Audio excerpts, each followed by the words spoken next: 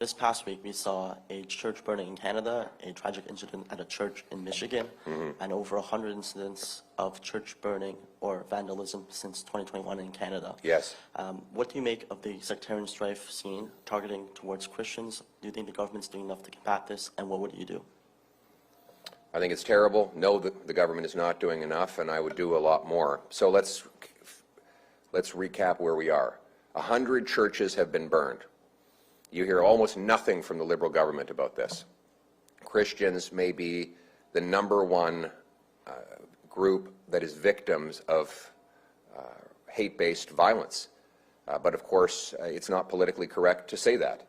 100 terrorist attacks against Canadian churches.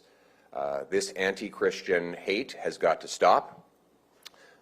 We've seen with this Liberal government is the number of things they've done to allow this. One, they've separated people into groups. Their ideology seeks to identity politics, divides one group against another, and then we're surprised when that leads to violence. Two, the Liberals have reduced criminal penalties for arson, so people are not afraid to get caught burning things down anymore. And three, they have failed to put law enforcement resources where they belong, which is to say going after criminals rather than targeting farmers, duck hunters, and professional sport shooters. So Conservatives would take exactly the opposite approach. We would bring in mandatory prison sentences for extortionists.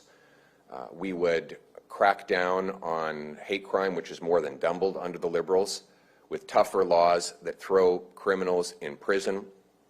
We used to make sure that the foreign criminals that are in our country illegally are kicked out of Canada.